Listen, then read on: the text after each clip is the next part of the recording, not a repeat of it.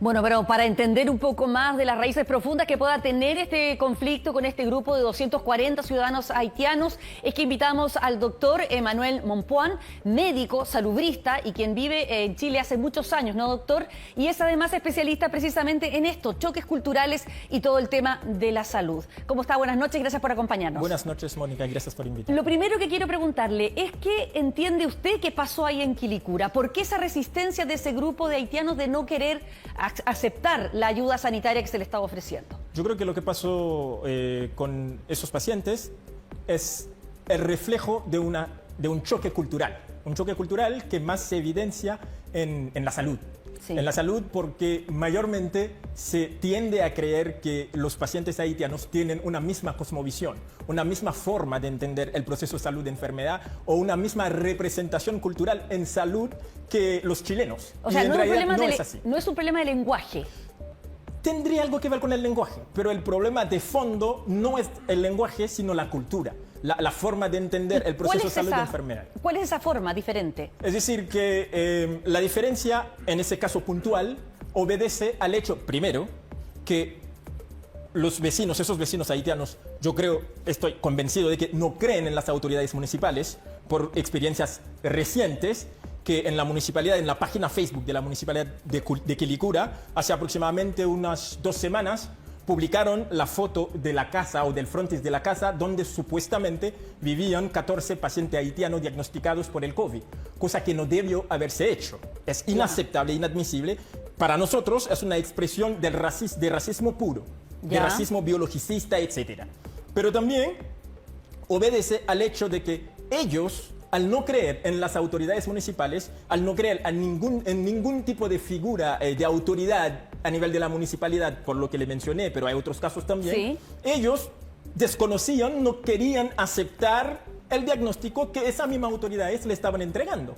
Y muchas personas dicen, no, lo que pasa es que ellos no creen que los negros pueden tener la enfermedad. Obviamente es un rumor que corrió, pero al final yo creo que puede haber algunos que no lo creen, pero el grueso de ellos no creen en el diagnóstico desde mi punto de vista porque no creen en las autoridades municipales, porque tienen muy mala experiencia y una experiencia muy pésima con las autoridades municipales hace poco.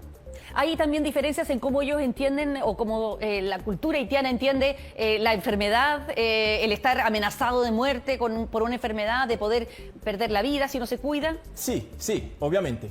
Nosotros tenemos nuestra manera de entender, es cultural, de entender el proceso, estar enfermo, estar con buena salud o estar teniendo su vida corriendo riesgo.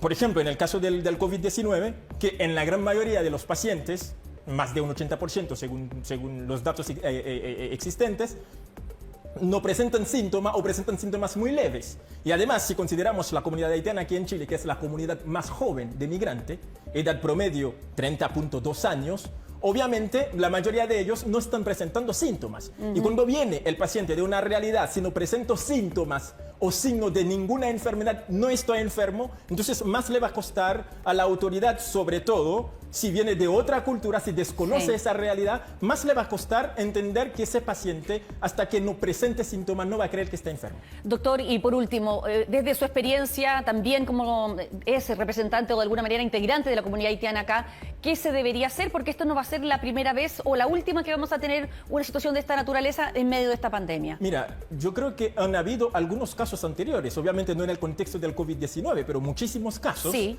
Pero yo creo que lo que no se debe hacer, porque no estoy para dar lecciones, sino mi punto de vista es considerar primero que si bien es muy positivo que existan facilitadores para facilitar la comunicación, pero poner más énfasis en que el rol del facilitador obedece más a una necesidad por facilitar una comunicación más desde lo cultural que desde lo lingüístico. Lo cultural para mí ahí es más importante en un 80% y luego lo lingüístico, pero también tratar de entender esa problemática, esas fricciones culturales desde los determinantes sociales de la salud. Por ejemplo, desde la estigmatización, el racismo, la discriminación, la exclusión social. Porque, para ponerle un ejemplo, ¿usted cree que si ellos fuesen un grupo de italianos o de chinos, las cosas hubiesen pasado así? Yo creo que no. Muy bien, doctor Emmanuel Mompoan, gracias por acompañarnos esta noche y darnos más explicaciones en esta situación. Muchísimas gracias y gracias a ustedes. Muy buenas noches.